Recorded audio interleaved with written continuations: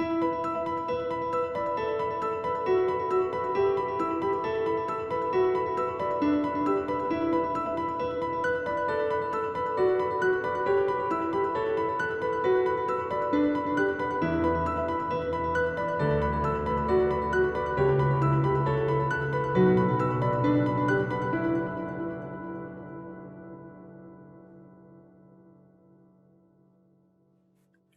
good morning to you all.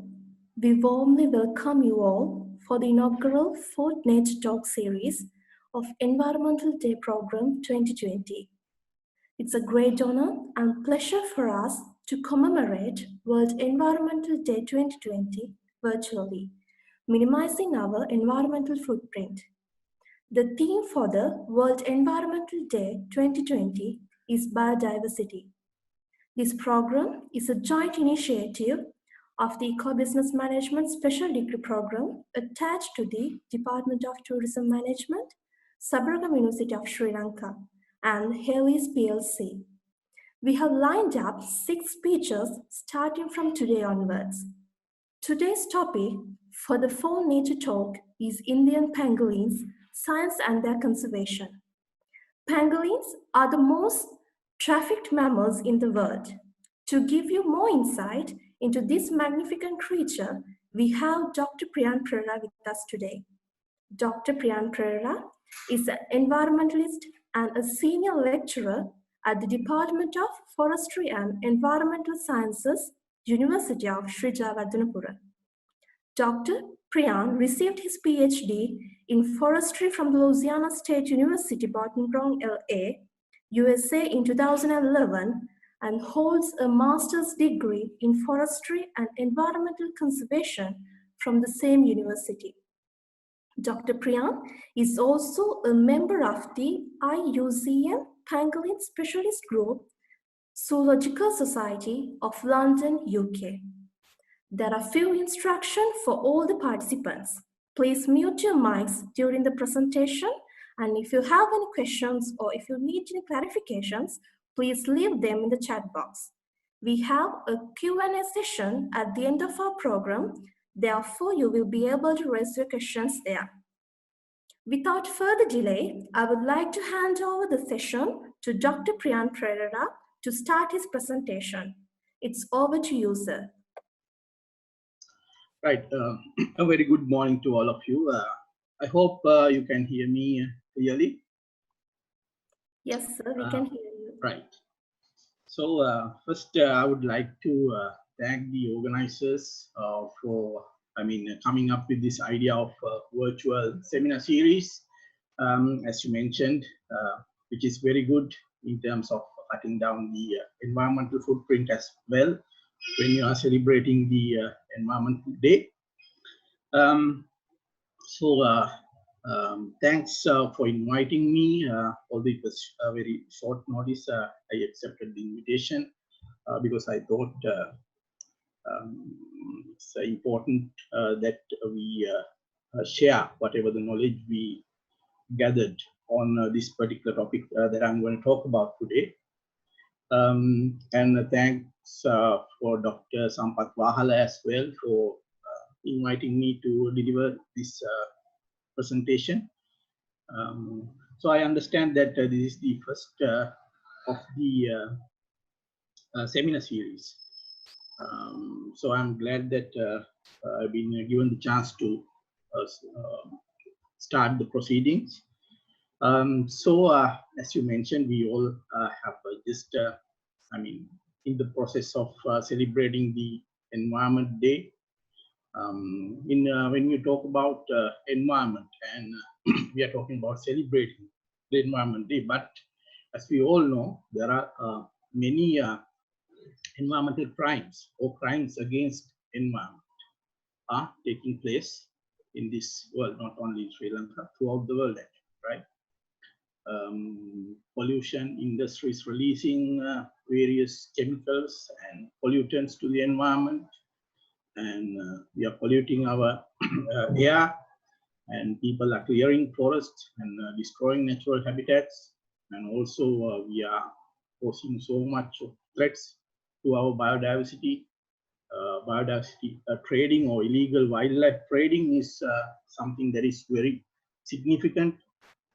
So talking more about the illegal trading of wildlife. So recent reports shows that um, it's one of the fastest growing illegal businesses in the world, and it has been estimated that the value of this illegal trade of wildlife is somewhere between 7 to 23 billion US dollars each year. So that means the number that shows the magnitude of this business or illegal activity, right? And out of the animals subjected to this illegal wildlife trading, mammals, birds, and reptiles are among the top of the list. And again, mammals are being mostly affected due to the illegal trading activities. And even out of the mammals, we know that it's a well-known fact that pangolins are the most heavily traded, illegally traded wildlife in the world, and mammals in the world. So until recently, I mean, even in media reports, we often get to know about ivory, elephant, ivory trading and rhinoceros horns, etc. But until recently, nobody gave much of an attention about pangolins. But they've been the most traded mammals in the world. So I thought um, it's important that I share some information about the current status of pangolins, and with special attention to the species we found in Sri Lanka, that is Indian pangolin. So let me share the screen first. Right. So today I'm going to share some information about what we know about the Indian pangolins. That's the species occurring in Sri Lanka, and what are the scientific facts we know, and what's the future of their conservation. So who are these pangolins? I'm sure most of you in this seminar may have not seen a pangolin in its natural habitat or maybe live, right? So these guys are called scaly anteaters because they predominantly feed on termites and ants, and they have these, although they are mammals, they have these keratinous scales to protect their body. So that's why they are called scaly anteaters. And another interesting fact about these creatures are like whenever there's a threat, they tend to coil up into a ball-like structure. So that's why, in fact, they are the name pangolin has derived from the Malaysian language, Malayan language. So that's how, in fact, the term pangolin has came up as well. So talking a little bit about the natural history of the species, as you can see, they belong to the, of course, they are mammals, and they belong to the order Polydota and family Manidae. And these there are, as you can see in this chart, the Polydota are, although one might think that pangolins are more closely related to other armored and ant-eating creatures like anteaters, armadillos, etc., but they are pretty distant from the other anteaters. So they belong to the other anteaters like armadillos, etc., they belong to the superorder Sinatra. But pangolins are far down here, and they are more closely related to carnivores, in fact. So, although we might think that they are more closely related to other anteaters, but they are not. In fact, they are more closely related to the carnivores. And there are like 8 pangolin species throughout the world, 4 in Africa and 4 in Asia. So geographic region distribution-wise, pangolins show an oriental and afrotropical distribution. So these are the 4 African species. In fact, all of them are like threatened at the moment. So Cape pangolin, white-bellied pangolin, giant pangolin, which is known as the biggest of the 8 species in terms of their growth.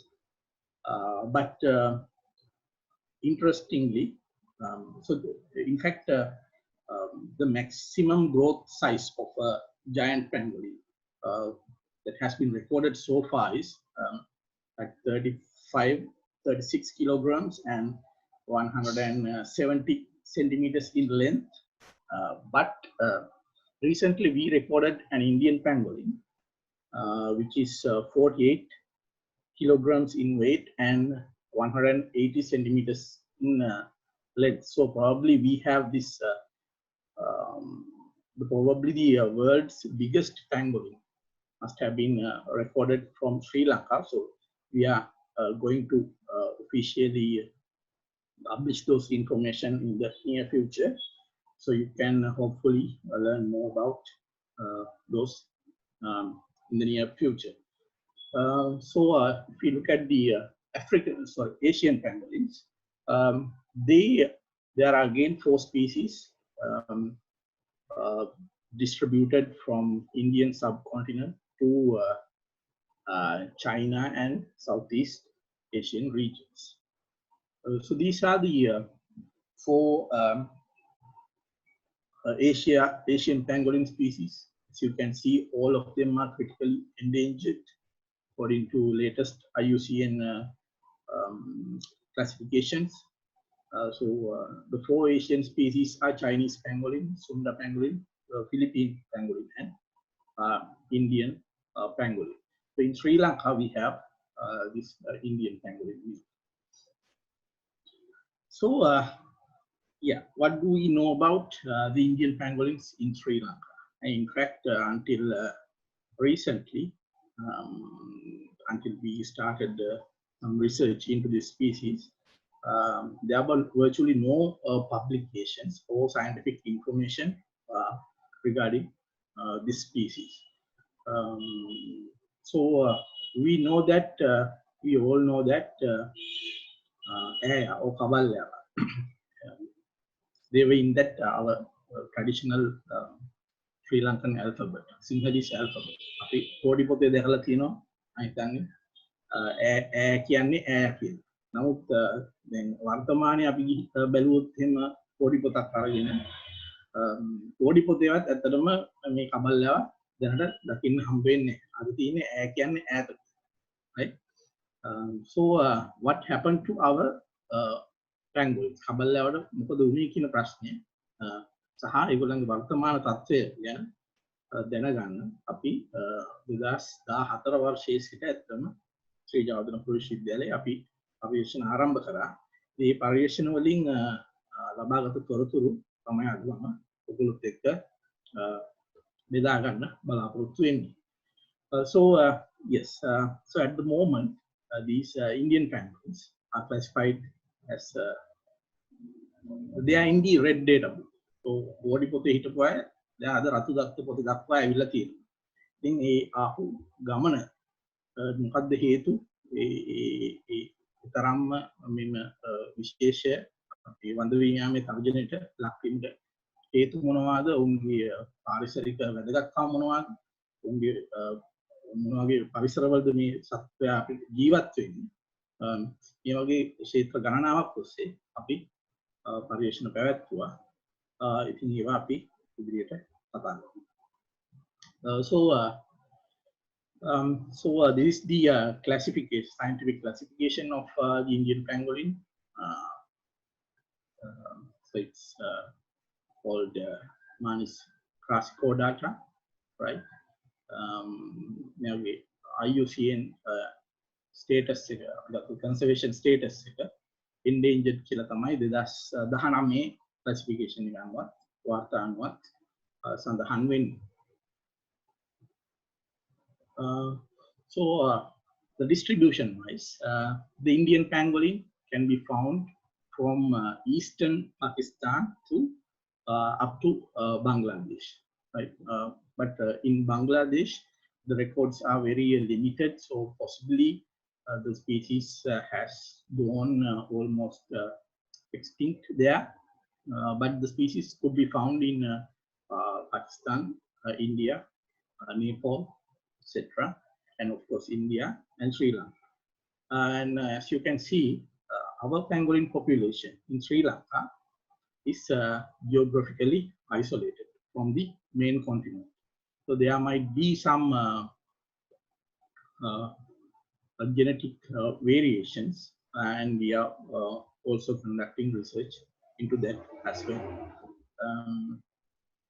So this is the official facts about the Indian pangolin, and as you can see, the maximum length has been recorded as 78 to 120 centimeters, and the weight is 8 to 17 kilograms. But as I said a little while ago, we recorded a huge one actually, right, weighing up to 48 kilograms and measuring up to 178 centimeters, as I can remember, right? So these official figures are likely to change in the future once we publish these information officially. So they could be found in a variety of habitats: tropical forest, grasslands, scrublands, and also human modified habitats such as agricultural lands, and even in rural home gardens, right? So in Sri Lanka, locals call this species as Malay or Malay. ලංකාවේ සාමාන්‍ය ජනවහරේ මේ නම් දෙකම පාවිච්චි වෙනවා, මල්ලෑව කබල්ලෑව වගේ මේ ඈ කියලා කියනවා. නමුත් මේ ලෝකල්ස්ලා අතර සාමාන්‍ය මතයක් තියෙනවා මේ මල්ලෑව සහ කබල්ලෑව කියලා විශේෂ දෙකක් ඉන්නවා කියලා. මල්ලෑව කියන එක වැඩි ලොකු වෙන්නේ නැහැ, සයිස් එකෙන් පොඩි. කබල්ලෑව තමයි ලොකු වෙන්නේ කියලා ඒගොල්ලෝ කියනවා. නමුත් මෙහෙම විශේෂ දෙකක් ඉන්නවා කියන තරම් අපිට කිසිම විද්‍යාත්මක පසුබිමක් නැහැ. නමුත් අපි දැනට දැකලා තියෙන පරිදි මේගොල්ලන්ගේ ප්‍රමාණය, වර්ධනය වෙන ප්‍රමාණය ඉතාමත් විශාල වේරියේෂන් එකක් නැත්නම් විචලනයක් තියෙනවා.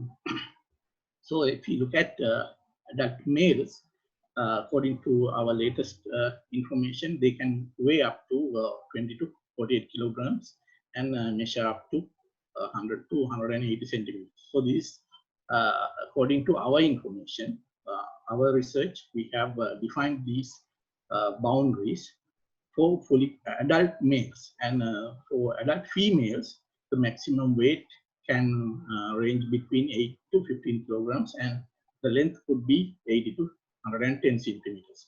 So these figures are somewhat far higher than the published information so far.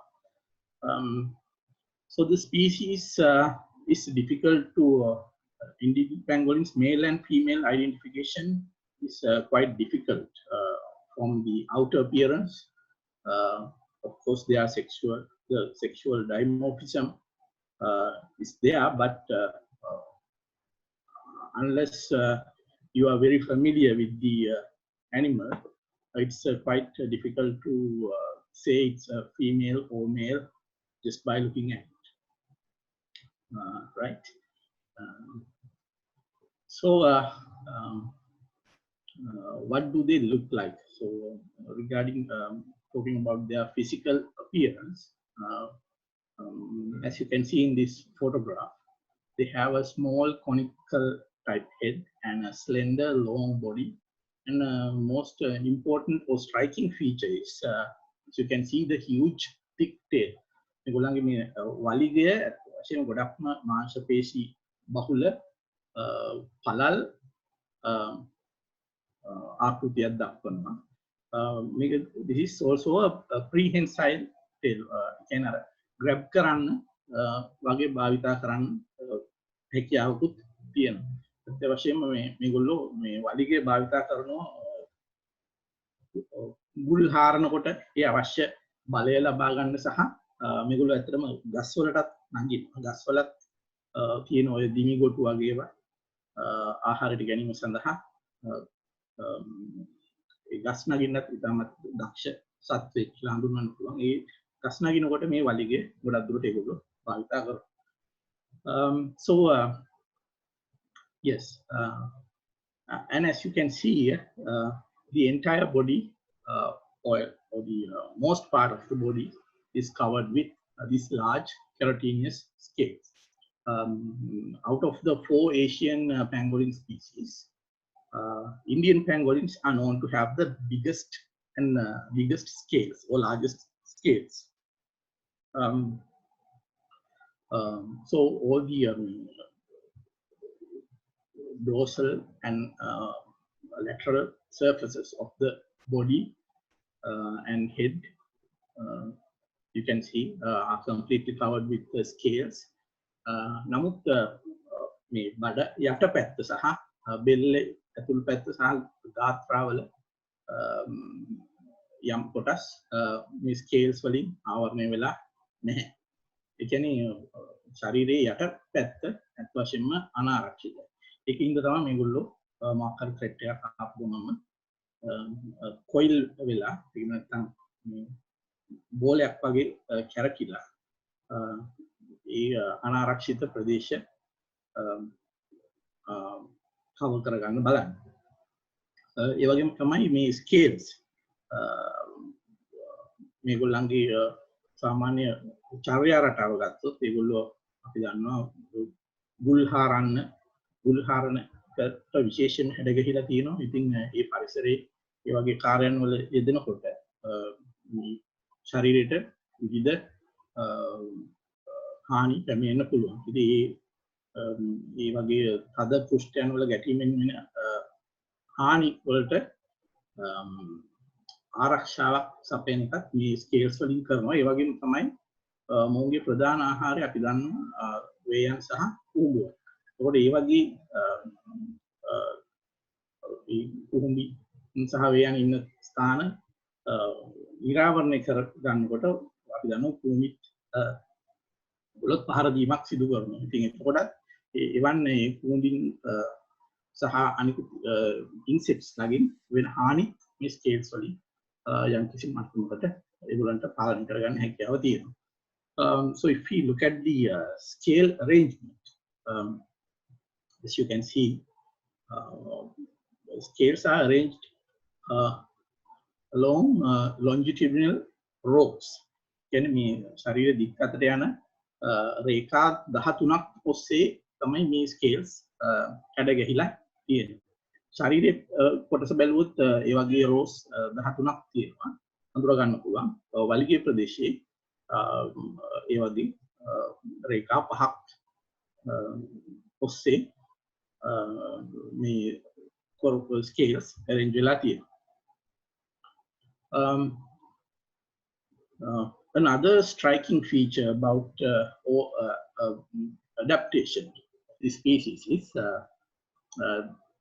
since they are mainly fossorial and highly adapted to feed on termites and ants, they have special structural adaptations. And if you look at their front claws. As you can see in this photograph, they are very sharp and prominent, especially adapted to digging, right? The මෙතන මේ පොඩි video clip එකක් තියෙනවා. I will play it. Sorry. So as you can see, this is video footage of a pangolin eating a termite nest. As you can see, ඉදිරි ගාත්‍රාවල තියෙන claws පාවිච්චි කරලා වේයන්ගේ තුඹස් කැඩීමට ඉදිරි පාදවල තියෙන claws භාවිත කරනවා. ඒ වගේම තමයි ඔයගොල්ලෝ පරිස්සමෙන් බැලුවොත් පෙනෙයි එයාගේ මේ දිව ඒ දිවත් උහුමින් ආහාරයට ගැනීමට විශේෂයෙන්ම හැඩගැහිලා තියෙනවා. So their tongue can measure up to 1/3 of the body. ශරීර ප්‍රමාණයෙන් 3/1 විතර දිග දිවක් තියෙනවා. ඇලෙන සුළු. ඒ දිව යොදාගෙන තමයි උමුවන් සහ දෙයයන් ආහාරයට ගන්න. So where can we find this creature? So as you can see, this is the distribution map we have generated with the information we have. So as you can see, they could be found throughout the island, right? So it shows that they are clearly habitat generalists, right? That means they are capable of living in a variety of habitat types, right? So they could be found in tropical lowland rainforests, dry mixed evergreen forests, scrublands, mountain and sub-mountain forests, as well as human modified landscapes, right? Like cinnamon cultivations, especially in wet zone, lowlands. They could be found in rubber plantations, oil palm plantations, etc., as well as rural homelands, right? So this clearly shows that their ability to adapt into different habitat types. So what do we know about their behavior and ecology? So that's some of the information we've been seeking lately to understand their behaviors, especially in their natural habitats. So this species could be found in India and Pakistan, and some research on their behavior and ecology has been done by researchers or scientists in those countries. But we know very little about the species, I mean the pangolins in Sri Lanka and their behaviors and ecology. So up to now we have discovered some information. So mainly they are solitary. You can තනියම තමයි ජීවත් වෙන්නේ, nocturnal and shy, right? They don't. That's why we don't see them because mainly they are nocturnal. They can නිශාචර, right? රාත්‍රී කාලේදී තමයි වැඩි වශයෙන්ම එළියට ඇවිල්ලා ඒගොල්ලන්ගේ ආහාර සොයාගෙන යන වගේ කටයුතු වල නිරත වෙන්නේ.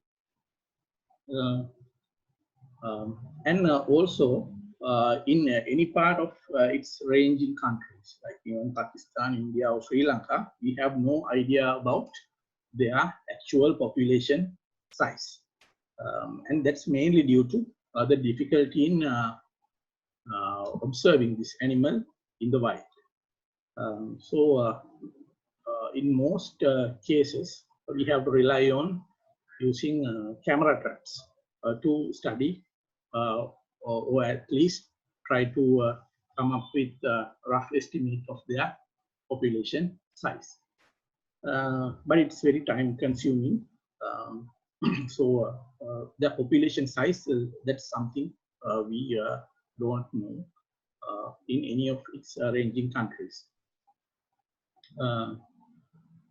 So the Indian pangolin usually has one offspring. අතරක් තමයි බිහි කරන්නේ. නමුත් කලාතුරකින් රෙකෝඩ්ස් තියෙනවා දෙදෙනෙක් පැටව දෙන්නෙක් බිහි කරපු අවස්ථා.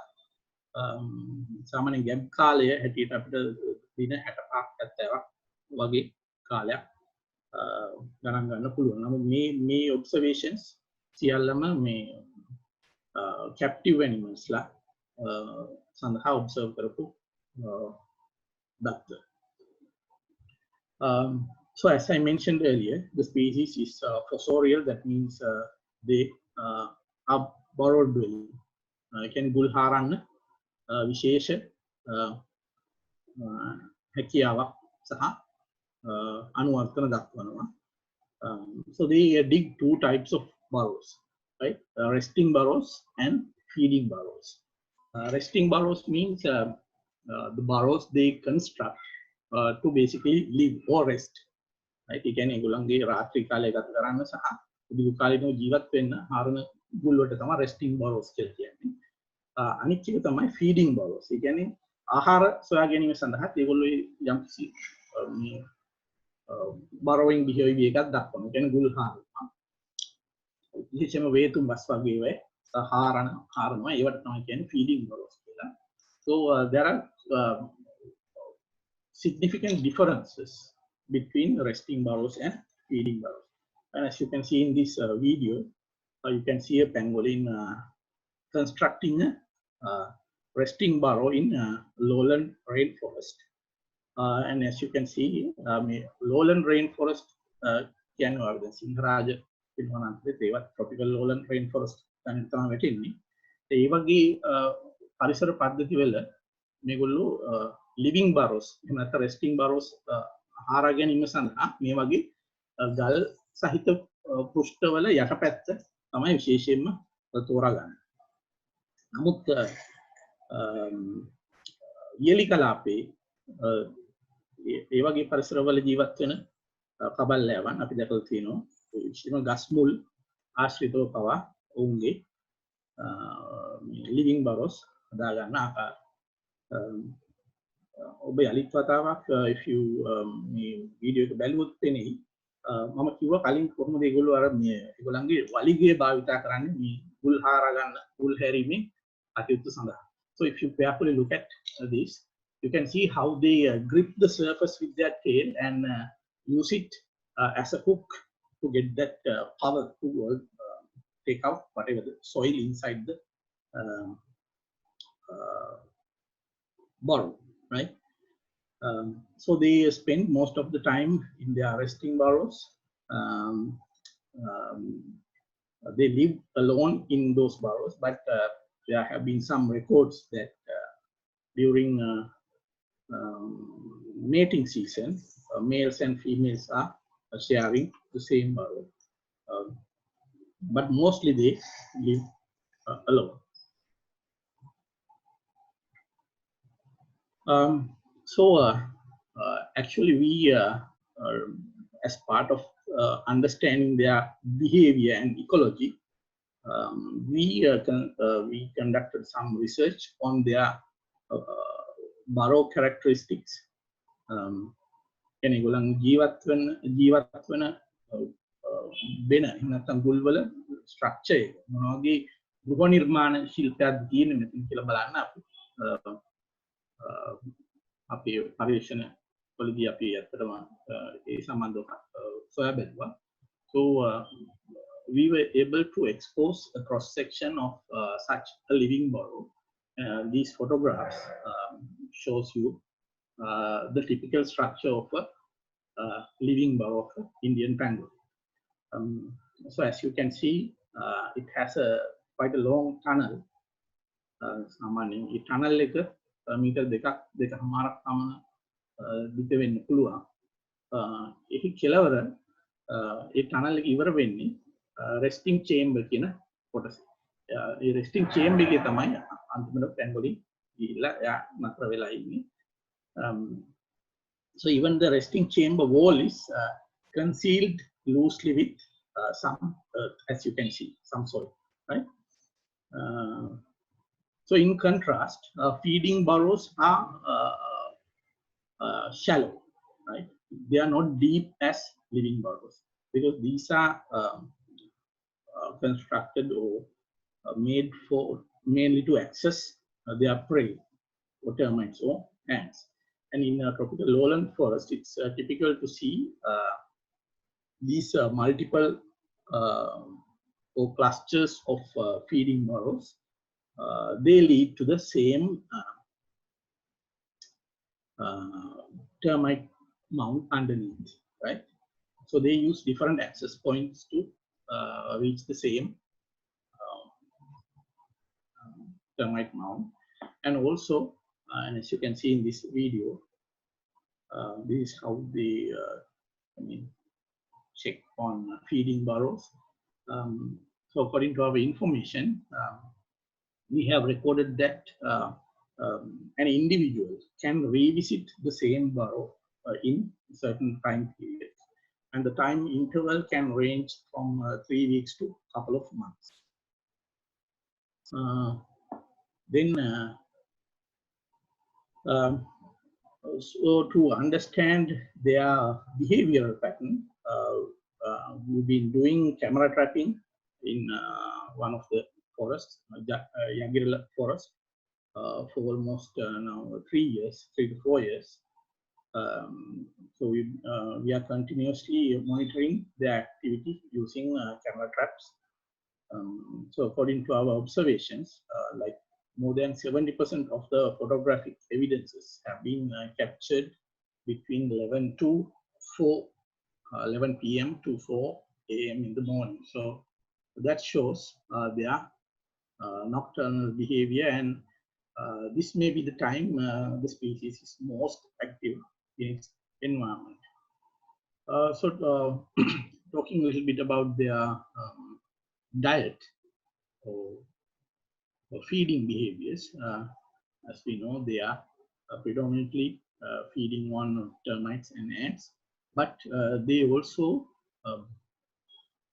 rely on other sources like beetle larvae, flies, worms, and other tiny insects.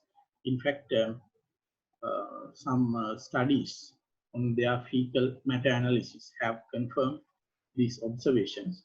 So they don't just feed on termites and ants. In fact, their diet contains quite a variety of tiny insects. So this is their main defensive mechanism, so their main source of defense. Whenever there's a threat, they coil up like this, and they hoping that their scales are strong enough to protect them from from their predators, actually, right? So all they do, this is their only defensive mechanism. And apart from that, they can make this hissing sound or puffing. Right? That's all they do.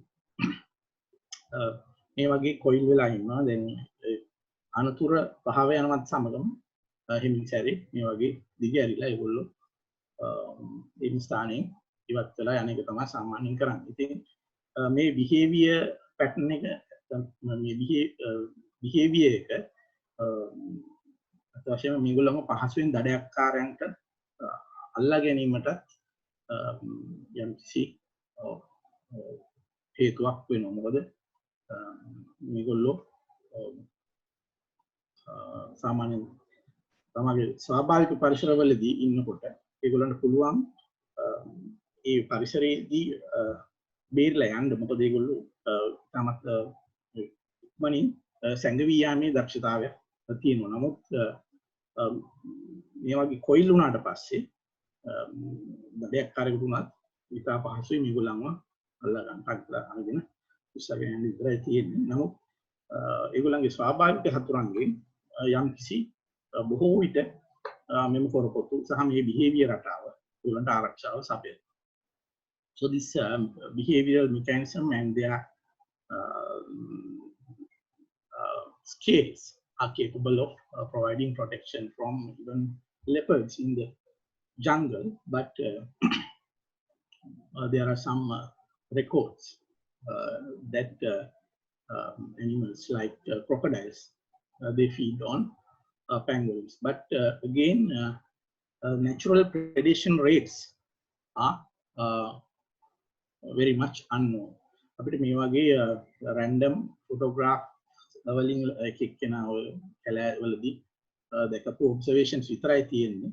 ඒක නිසා මේ ස්වාභාවික සතුරන් කියන්නේ predators ලගේ ස්වාභාවික උපමන මේගොල්ලන්ව ආහාරයට ගන්නවද predation rate එක ගැන අපිට තාම ප්‍රමාණවත් විද්‍යාත්මක කරුණු අප සතුව නැහැ. So the main threat for their behavior, for their survival, seems to come from none other than the two-legged creatures, humans, right? In fact, that's the number one threat this species is facing, not only in Sri Lanka, but throughout its ranging countries. In Sri Lanka, pangolin meat is considered as a delicacy in many parts, right? So they kill the animal or mainly for meat, not to sell or anything, but mainly for their own consumption. But so that's how it has been throughout the past. But during the last 5-6 years, the trend has, we have observed that this trend has slightly shifted to commercially oriented hunting practices.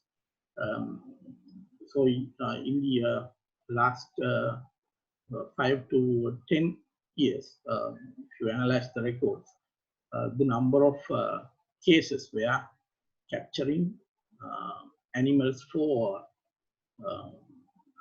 hunting or live capture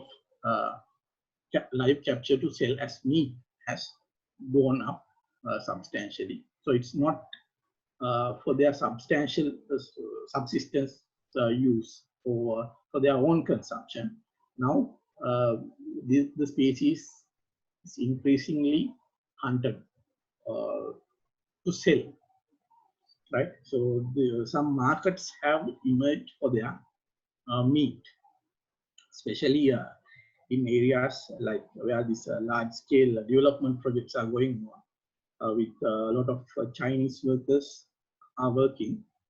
We have seen that locals have begun, local hunters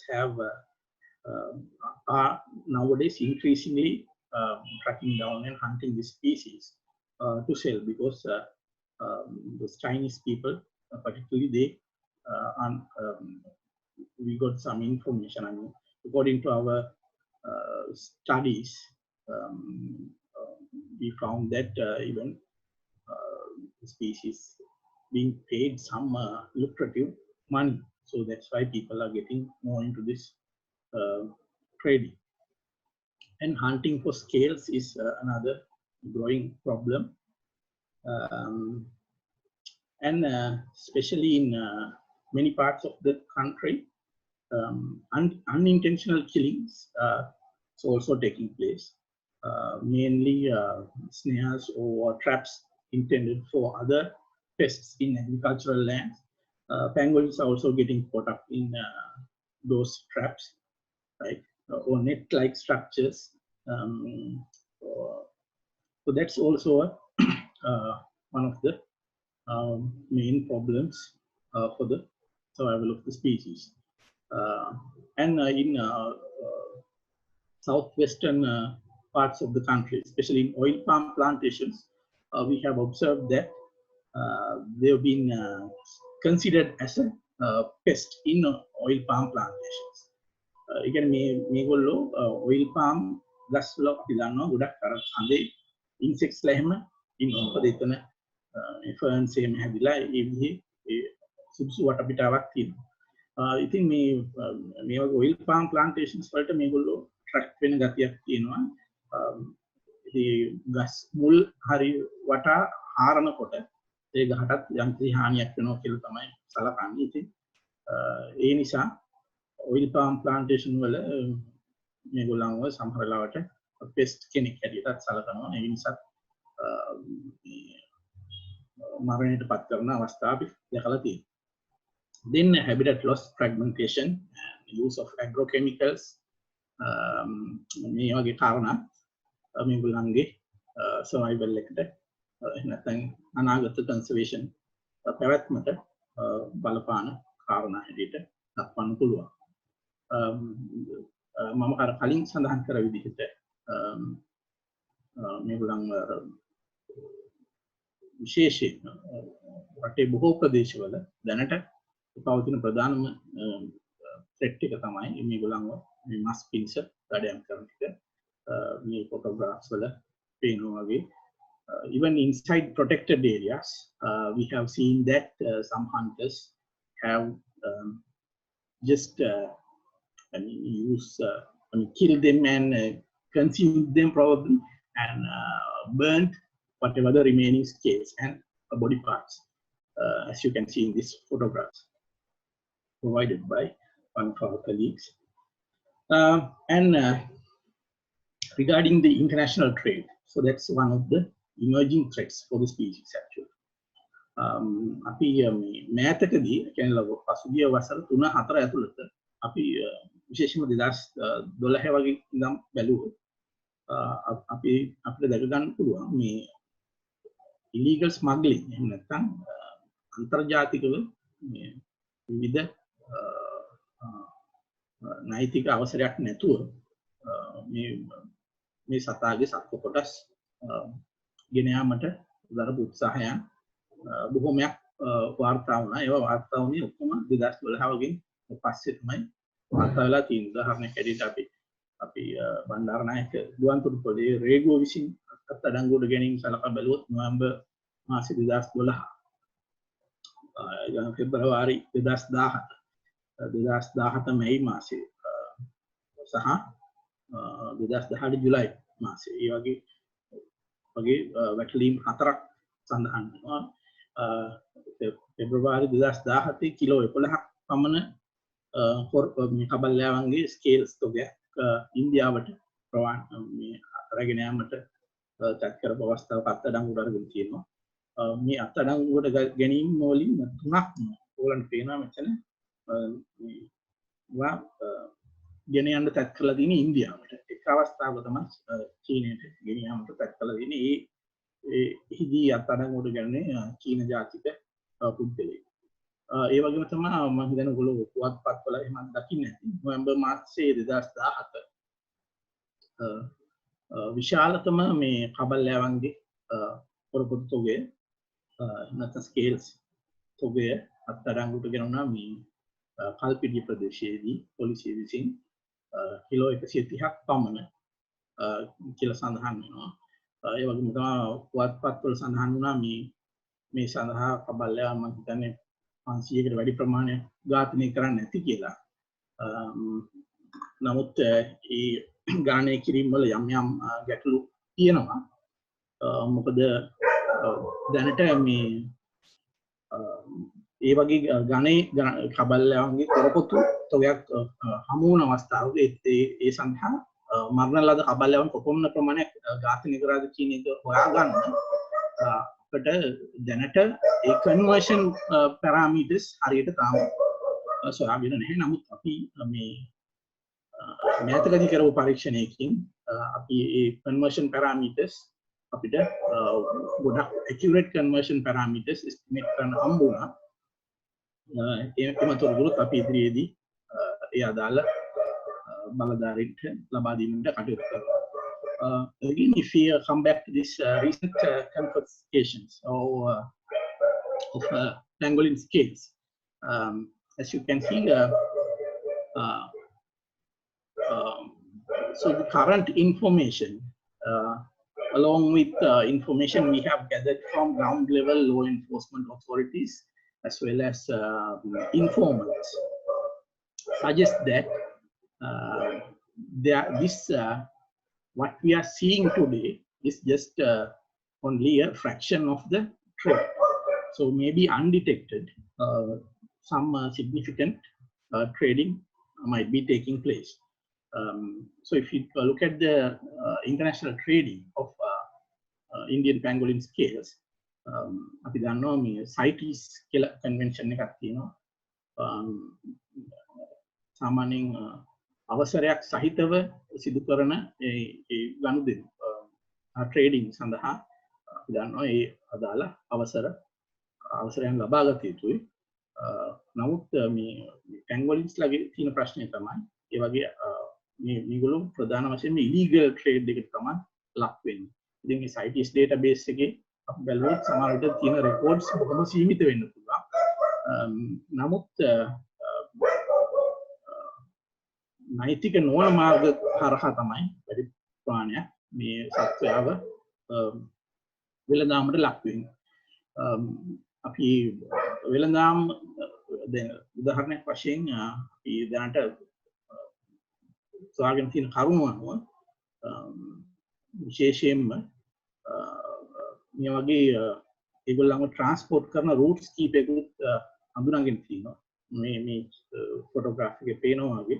As you can see, the 4 African species being traded, and of course the final destination is China. But Nepal and Myanmar are functioning as important intermediate hubs where scales or body parts are smuggled and then re-exported to China. So even pangolin scales coming from Sri Lanka typically goes to China and then go to the final destination from whatever this through whatever any one of these trading channels, right? And for example, between 2011 and 17, scales from an estimated 1,724 Indian pangolins have been trafficked. So that shows the magnitude of the threat they are facing from illegal trading. So what can we do for the future to conserve this species? Of course, in the Sri Lankan context, we need more information, scientific information, to come up with better conservation efforts, and of course, estimating or at least trying to come up with a rough estimate of the population size is extremely important. So we are trying to work on that as well. And we have a good legal framework to provide the adequate protection for this species. We have this Flora and Fauna Protection Ordinance, and we are part of CITES Convention. And so we have all the necessary legal framework in place, but as we know, when it comes to law implementation, that's where the main problem occurs. So you can't blame the law enforcement authorities as well, because they are also trying to function in their whatever the capacity they have. And of course, the funding, etc. They've been provided with. So raising the awareness is could be considered as one of the main efforts we can or strategies we can use to conserve this species. Now the awareness about the species has grown tremendously during the past 5-6 years. Maybe in media there are a lot of reports that this is the highly traded animal in the world, and even in Sri Lanka, the Department of Wildlife Conservation has named Indian pangolin as one of the concerned species, right? So definitely the awareness is building up, so that's a good thing. And even with these kind of seminars, that's what we are trying to do. So when it comes to conservation planning, we believe that it's important to go for a landscape level approach. That means in a landscape you can find different types of habitats, and as you saw during this presentation, pangolins tend to use not only forest patches, they use these variety of other human modified habitats as foraging sites. ඒ කියන්නේ ඒගොල්ලන්ගේ ආහාර සොයා ගැනීම සඳහා ස්වාභාවික පරිසර පද්ධති වලට අමතරව මිනිසා agricultural landscapes, agricultural habitats, ඒ වගේම ගෘහාශ්‍රිත ප්‍රදේශ පවා මේගොල්ලන්ව වාර්තා වෙලා තියෙනවා. විශේෂයෙන්ම අපි දැකලා තියෙනවා මේගොල්ලෝ ගම්බද ප්‍රදේශවල නිවාසවල පිළිගන්නේ තියෙන ඔය උණු බක්කි වගේ ඒවා පවා සමහර වෙලාවට පෙරලලා ඒවැය තියෙන අර මේ ඉහිඳ පණුවන් ආහාරයට ගන්න අවස්ථා අපිට වාර්තා වෙලා තියෙනවා. ඒක තමයි ඒගොල්ලෝ ඒ කියන්නේ අර ස්වාභාවික පරිසර පද්ධති තමයි ඒගොල්ලන්ගේ preferred habitats. නමුත් ඒගොල්ලෝ ආහාර සොයා ගැනීම සඳහා මේ වගේ විවිධාකාර පරිසරයන් වලට ගමන් කිරීමක් අපිට දැක ගන්න පුළුවන්. අන්න ඒ හේතුව නිසා තමයි අපි අර මේ protected areas විතරක් සංරක්ෂණය කරගෙන ඒවට ආරක්ෂාව සැපීම ප්‍රමාණවත් වෙන්නේ නැත්තේ. මොකද මෙයා අපි කලින් කිව්වා වගේ habitat generalist කෙනෙක්. ඒ කියන්නේ ගොඩක් අපි හිතන හැටියට මේගොල්ලන්ගේ population එකේ වැඩි ප්‍රමාණයක් ඉන්නේ මේ protected area වල ඇතුලේ නෙවෙයි, එයින් පිටත. ඒ කියන්නේ මේ විශේෂයෙන්ම මානව ක්‍රියාකාරකම් වලට ලක්වන ප්‍රදේශවල තමයි මේගොල්ලෝ දැනට මේගොල්ලන්ගේ population එකෙන් වැඩි ප්‍රමාණයක් ඉන්නේ. So that's why it's important to go for this landscape level conservation approaches, so that we can conserve not only the existing forest patches, but the surrounding human modified landscapes as well. Again, even වනාන්තර රක්ෂිත ප්‍රදේශ වලට අමතරව ඒ අවට තියෙන human modified landscape habitat types පවා අපිට අනිවාර්යයෙන්ම සැලකීමට අරගන්න සිද්ධ වෙනවා මේගොල්ලන්ගේ සංරක්ෂණය සඳහා. Again, now recently, again pangolins came to the spotlight with this corona pandemic. And there were some reports saying that pangolins are a probable intermediate or a host of this coronavirus. And in fact, recent studies have shown that, confirmed that, in fact, they harbor or they contain or they act as repositories of a variety of these type of viruses. Not the exact virus that was this problem, but they host quite a number of similar viruses, which are very close to the COVID-19. So, more scientific studies are needed to exactly say that pangolins are the also pangolins have caused this problem.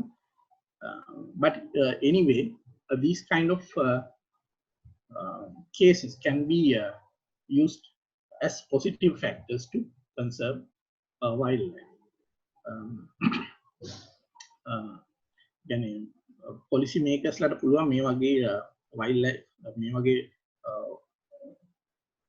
වන සත්තුන්ව ආහාරයට ගැනීම නිසා මේ වගේ ලෙඩ රෝග මිනිසුන්ට පැමිණීමට හැකියාවක් තියෙනවා යම් කිසි ප්‍රමාණයක. ඒ නිසා අපිට ඇත්තටම මේක මේ ප්ලස් පොයින්ට් එකක් හැටියට අරගන්න පුළුවන් මේ සත්තුන්ගේ කන්සර්වේෂන් එක සඳහා සංරක්ෂණය සඳහා. මොකද මේ ඒ වගේ අපිට මිනිසුන්ට මේ පණිවිඩය දෙන්න පුළුවන් නම් මේ වගේ සතුන් ආහාරයට ගැනීම නිසා මේ වගේ health risks ඇති වෙන්න පුළුවන් කියලා අපිට ඒක වශයෙන්ම මේ සතුන්ගේ සංරක්ෂණය සඳහා යොදා ගන්න පුළුවන්. ඒ වගේම ඒකත් බොහොම පරිස්සමින් කරන්න ඕනේ වඩා. මොකද ඒ message එකම වැරදි විදිහට ජනතාව තේරුම් ගත්තොත් ඔවුන් මේ පැංගොලින්ස්ලා දුටු තැන මරණ තත්ත්වයක් එන්නත් පුළුවන්. මොකද ලෙඩ බෝ වෙනවා කියලා ඒ වැරදි පණිවිඩයක් මිනිසුන්ගේ ඔළුවට ගිහින්. So this has to be done in a careful manner. So with that, I think our time is up, so we can wind up the presentation. So I would be happy to answer any questions. Thank you. Interesting presentation, sir. Now it's time for the questions and answer session. So if you have any questions or if you need any clarifications, please unmute your microphones and raise your questions from now.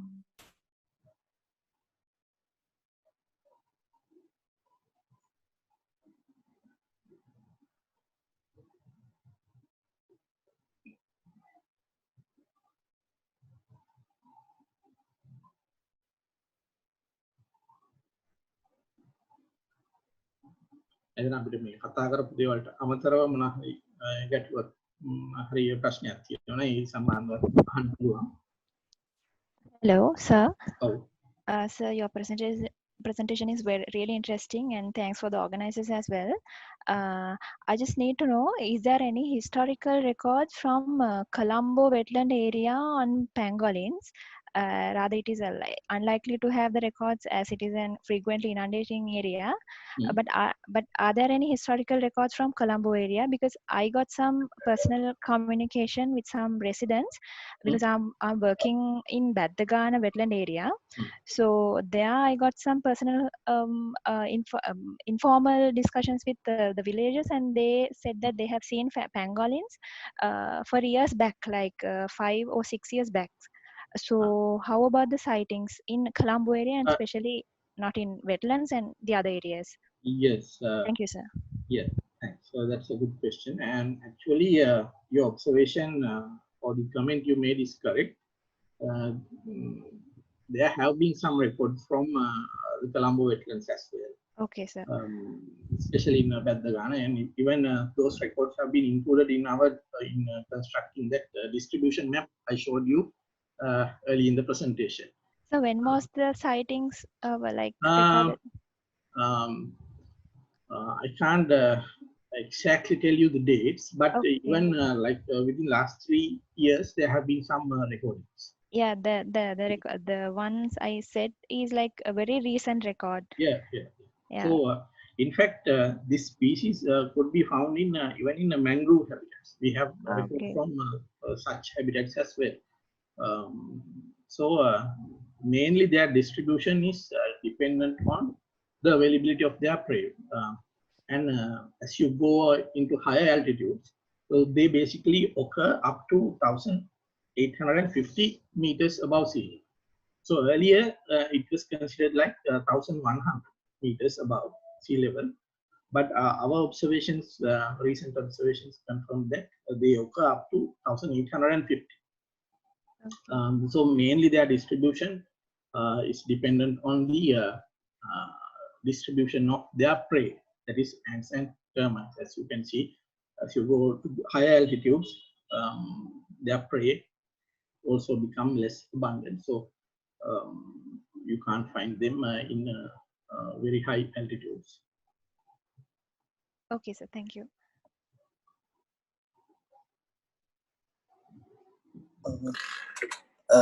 Can you hear me, sir? Yeah. Yeah, actually, it's a really interesting presentation. Thank you for sharing your knowledge, sir. And I have like a really simple 2 questions, actually. The first one is about their diet. So according to the current data, so they're distributed widely in Sri Lanka, even in South, mostly Asia. So do you like observe any like diet specification to a particular group in different habitat? Like maybe they are more prefer for the ants in the rainforest or the forest, and they might more interesting on the termite or something else in the rubber have modified landscape like that. Do they show any like specific diet preference in different habitat? Definitely, yes. There, as I mentioned in the presentation, they do not entirely depend on ants and termites, although that's their preferred habitat. But again, now for example, in a tropical lowland forest, their preferred habitat preferred food is termites. We have done some fecal meta-analysis, and it confirmed that they predominantly feed on termites because that's what's mostly available there. And so it depends on the habitat they occupy. So not only those termites and ants, even other tiny insects can constitute their diet. And did you also ask about whether there are any? The second question is about the resting burrows. So are there any difference between the resting burrows of females and the males, or it's quite same for the both animals, both genders? Yeah, it's quite the same, but again, the dimensions of the resting burrow can vary, or it mainly depends on the body size of the individual. So in general, females are quite small compared to males. Yeah. Males are like stockily built, and when you see, I mean, if you know the species, so you can just even without observing their genitalia part, you can say this is a male, right? Because from the structure you can say this is a male or this is a female. So typically, so it mainly depends on the body size of the animal. The tunnel and the entrance, the diameter of the entrance, all depends on the body size of the animal. Okay, sir. Thank you very much, sir. Thank you.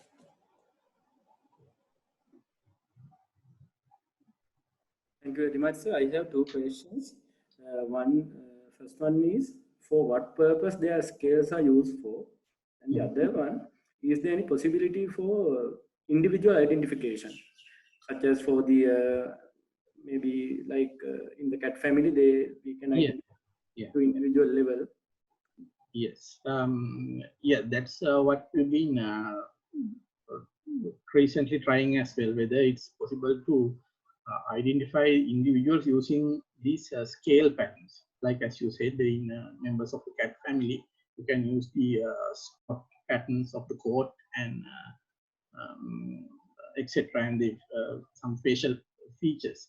So similarly, we tried to see whether it's possible to identify pangolins using those type of unique characteristics. But so far, we've been unable to come up with any such reliable indicators of individual identification. But we are in the process of developing kind of models to estimate the size of the pangolin using the photographs, right? This is the dimensions of the photograph. So that's something we are working on at the moment. So in that way, at least we can say, since most of the observations are done using camera traps or photographic evidences, at least if we can approximate the size of the individual, we can at least say these are two different individuals that has visited the same place. So apart from that, so far we have been unable to find any reliable morphological differences or features that could be used without bias to identify individuals. And the first question, are there any medicinal values, right? So the values of the scale. You mainly, so all these scales, as we know, are going to China. So they believe that there are some medicinal properties in pangolin scales, some antibacterial properties. So there are different uses, mainly the medicinal uses. Traditional in Chinese traditional medicine, they use pangolin scales for different to prepare different medicines. So unfortunately, there are some scientific truth in that as well. As you know, traditional medicine, they don't use these kind of ingredients for no reason, right? Even in Ayurveda, we know that most of the ingredients used actually have some medicinal properties.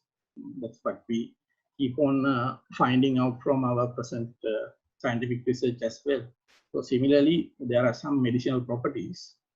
So that's what drives the market of pangolin. And of course, there are some myths as well, right? So they believe that if you eat pangolin meat, it will give you some different powers or whatever, you know.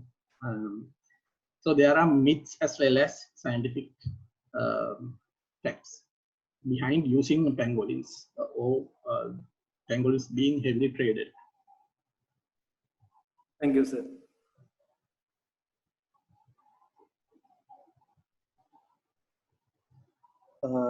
So following to the answer to Chanduma's question, sir, can you hear me, sir? Actually, I worked on leopards for several years in Sri Lanka, and we also employed camera traps to measure their population density. But for the measuring the individual sizes, actually we used a kind of quite simple method first. I'm not sure what kind of methods you are using, sir. So we actually, before set up the camera, we took some reference photos with the distance and the scale. So maybe later we can compare the photographs and we can use maybe image or something to measure the body size and maybe the area or the height or the length, whatever the things. What kind of methods are you plan to use for the pangolin? The similar or different? The similar methods, but since this is like a small to medium sized mammal, again, now when you try to convert them into actual size parameters, there can be some errors, unlike in the case of leopards, right? So, so the chances of our estimates going wrong is much high as the animal gets smaller, right? So what we are trying to do is using incorporating some measuring mechanism into camera traps. So that's something we are working at the moment. So we don't know whether it will be successful, but so I will just give you a hint, right? So now if you go to these phone applications, there are some applications that you can measure the distance using your mobile phone. So we are looking at the possibility of using that kind of a technology to actually determine the size. So we think it's more accurate for smaller to medium sized mammals. Yeah, the method I was proposed about is like first we are taking the reference photos, set of reference photos with the known distance and a scale. So actually it's work for the small mammals too, because the it was I'm not sure if it's published or not, the method. And it's like after they compare the photos, we can use image J to measure. We are using image J to measure the insects too. So I think it could be more reliable, sir, if you can try. You mean taking reference photos first? At the first, for every camera trap station, we have particular like no, different points in the sir. Of the camera trap. That's so in that case, we have like a scale in different distance from the camera trap for every camera trap station. So we can compare the photographs and we can see the distance, how much distance is the between the camera trap and the animal, so we can measure their parameters. It's quite easy, I think, sir, if you can employ that one for the pangolins too. Right. Yes. Okay. It's good suggestion. Thanks. Yep.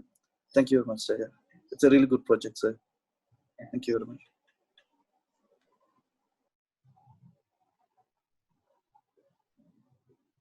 So if you can share me some information about that method, could you please email me?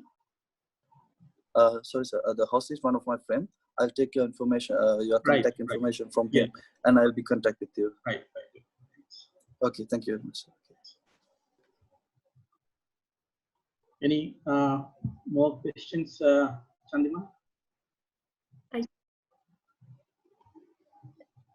If not, I guess we can find out, right? Yes, I think there are several questions and comments in our chat box, but the time is going down. I think we all had a wonderful learning session with Dr. Priyan Pereira. Therefore, I would like to thank our guest speaker, Dr. Priyan Pereira, on behalf of Sabaragama University of Sri Lanka and Haley's PLC for taking off time from your busy schedule, sir. All the participants are invited for our second phone-in talk tomorrow on cleaner production applications over green business delivered by Engineer Samantha Kumarasena, Chief Executive Officer of National Cleaner Production Centre, Sri Lanka. Thank you very much for your participation and stay tuned for more program updates. Have a nice day. Thank you very much.